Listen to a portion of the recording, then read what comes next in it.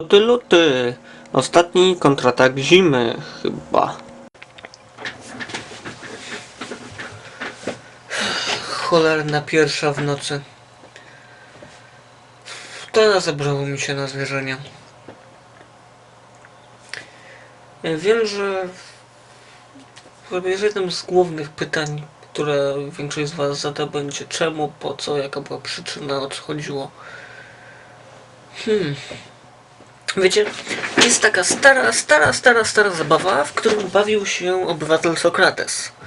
Mianowicie chodził sobie po Atenach i pytał różnych ludzi, których spotkał, dlaczego, po co, jaka jest tego przyczyna. I to jest taka specyficzna zabawa, w którą radzę wam się co jakiś czas próbować pobawić. Jeśli ktoś wyraża jakieś swoje zdanie, albo opinię, albo mówi, że coś zrobi, to często można go spokojnie zapytać, po co. Wtedy on coś powie. Wtedy tylko pytacie dalej, a po co to? Poda jakąś przyczynę. A czemu ona jest ważna, pytać. Jeśli będziecie pytali dostatecznie długo, to w końcu okaże się, że po pytanie, jeśli ktoś jest inteligentny, to po 30 kolejnych pytaniach. Jeśli jest mało inteligentny, to po kilku. To w pewnym momencie facet, czy tam kobieta, nie będzie wiedział, co powiedzieć. Po prostu straci rezon. Okaże się, że nie ma żadnej przyczyny. Za pierwszym, trzecim czy 10 pytaniem okaże się, że coś jest po prostu, bo chce. Wiecie co? Podstawowy dowcip polega na tym, że ludzie działają racjonalnie, ale tylko w pewnym zakresie. Podstawowe chęci, podstawowe bodźce, podstawowe popędy, podstawowe działania zawsze są bezpodstawne, tak naprawdę, z punktu widzenia logiki. Zawsze dochodzi się do tego momentu, kiedy ktoś, jeśli chce powiedzieć prawdę, musi powiedzieć: no tak, zrobiłem to, bo chciałem. A czemu? No nie wiem, po prostu miałem ochotę, sprawiło mi to przyjemność, chciałem to zrobić. I to jest podstawowa rzecz. Ja się nie boję tego powiedzieć, że robię to po to, bo chcę. Po prostu. To jest ostateczna instancja. Pierwszy aksjomat. Bo chcę.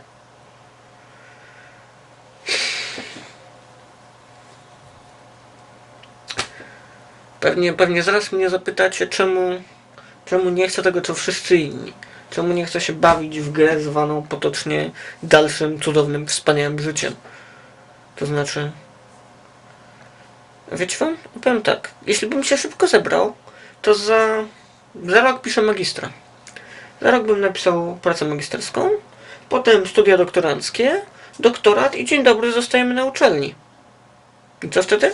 No nic. Zacząłbym spokojnie zarabiać, kupiłbym sobie, wiecie, i wtedy cała zabawa. Mieszkanie, żona, dzieci, domek z ogródkiem, pies, kot, emerytura, trzeci filar i inne takie bzdury. A wiecie co? A ja nie chcę żony, dzieci, domu z ogródkiem, psa, kota. Nie mam zamiaru się bawić w takie rzeczy. Nie chcę. Chcę zacząć tak jak zacząłem, robić to, co już zrobiłem. Wiecie, ja się nie martwię niczym, co już było. Nie wstydzę się niczego nie żałuję. Mam zamiar to skończyć w taki sposób, w jaki to skończę. Będzie to tam, na wydziale, z bronią w ręku.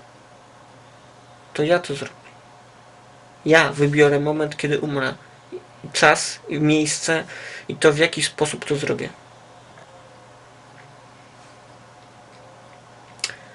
Tak, niektórzy oczywiście wyjadą na mnie, że samobójstwo jest tchórzostwem. To jest taka stara bajka. Wiecie, spójrzcie na to, kogo zazwyczaj nazywamy bohaterami. Otóż bohaterami z zasady nazywa się ludzi, którzy chcieli coś zrobić, nie wyszło im, dali się zabić i tyle. Spójrzcie na to. Jakim bohaterem jest, nie wiem, jest Roland z pieśni o Rolandzie, pożal się Boże. Albo, nie wiem, Puławski, co dał się zabić Anglikom pod Savannah, albo powstańcy warszawscy, co dali się zgnoić Niemcom. Wiecie co? Bohaterami zazwyczaj nazywa się tych, którzy mieli za mało żeby byli za głupi, mieli za mało inteligencji, żeby mieli za mało zdolności, żeby przetrwać. Po prostu dali się zabić. Ktoś, kto chciał coś osiągnąć, nie osiągnął i dał się zabić, jest bohaterem? A ktoś, kto chce sam wybrać moment śmierci i sam ją sobie zadać i chce właśnie to osiągnąć, to co? To on jest tchórzem. Wszystko jest bez sensu.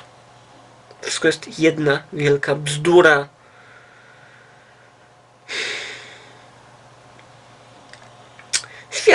Świat jest jaki jest.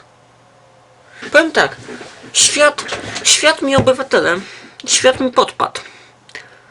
A teraz, kiedy już mam broń, to mam możliwość skopania mu dupy. I to właśnie zrobię.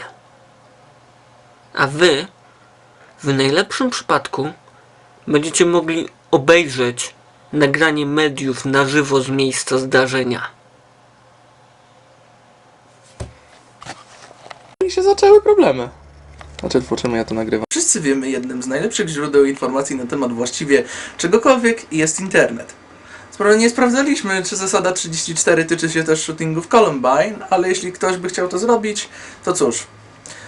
Na początek, czego nie robić? Nie wchodzimy na strony, które są kapliczkami poświęconymi strzelającym. Po prostu nie. Policja już je dawno obstawiła, sprawdza logi i wpadniecie szybciej niż ci ludzie z McDonalda. Nie wchodzimy też na kapliczki poświęcone ofiarom. Tam nie ma nic ciekawego. Zapal świeczkę, posadź kwiatek, nudy na pudy. Jeśli chcecie dowiedzieć się czegoś sensownego, wchodźcie na strony, na których są badane motywy strzelających, dyskusje na poziomie merytorycznym, tak jak na przykład tutaj forum. Tak, po pierwsze, nie jesteście sobą. To internet, anonimowość króluje, więc zróbcie sobie po prostu logowanie przez proxy, zainstalujcie firewalla i stwórzcie sobie nową osobowość. Jeśli jesteście tak jak my z Polski, to od dzisiaj wasze imię brzmi Ngama Ulu. Jesteście z Mozambiku. Macie sensowną liczbą, bo powiedzmy 16 lat i jesteście kobietą. Tak. Jeśli już musicie zadawać konkretnie jakieś pytania na temat, nazwijmy to, warstwy technicznej shootingu, to nie wywalajcie się nagle z tym pytaniem jak Filip z Konopi.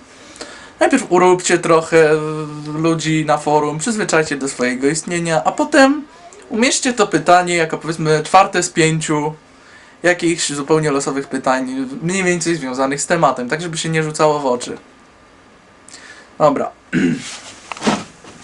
To samo tyczy się w sumie zasady medium, to znaczy mówiliśmy, żeby raczej tego nie robić, a jeśli komuś koniecznie zależy, żeby po sobie zostawić jakiś ślad w internecie, to naprawdę nie róbcie super krzykliwego wiwat 20 kwietnia czy coś w ten deseń, bo oczywiście znowu was zjedzą. Tak. Co dalej? No, oczywiście w internecie jest mnóstwo różnych ciekawych plików. Jeśli ktoś chce na przykład ściągnąć pamiętniki Dylana, Harrisa, czy jakiekolwiek notatki któregokolwiek ze strzelających, to cóż. Tak, ludzie, najpierw sprawdźcie, czy to jest na Rapid Share'u. Naprawdę, ja wiem, że dla niektórych Rapid Share to jest labirynt forteca i jeśli nie da się namiarów na konkretny plik, to go tam dla was po prostu nie ma, ale serio, są wyszukiwarki do tych rzeczy. Korytarz. Widać w czasie przerwy panuje tutaj duży ruch. Jest dużo ludzi. Jest jakaś kolejka w tej chwili.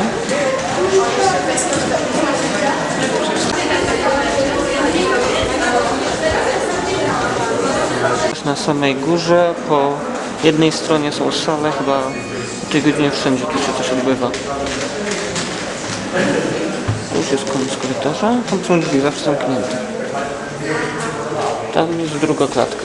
Go wyciągnął i zaczął płakać i nie mogą zaliczyć, rozumiesz? No, spojrzałam, że też że też kompletnie już przy selekcji o tym nie myślałam, jak wzięła 2 razy większe grupy i napisała, tak, na forum, że ma się cały czas tyle odliczać, bo nie będzie. Hej, Ty to fotografujesz plan zajęć? mówiłem ci, że film robię? Nie.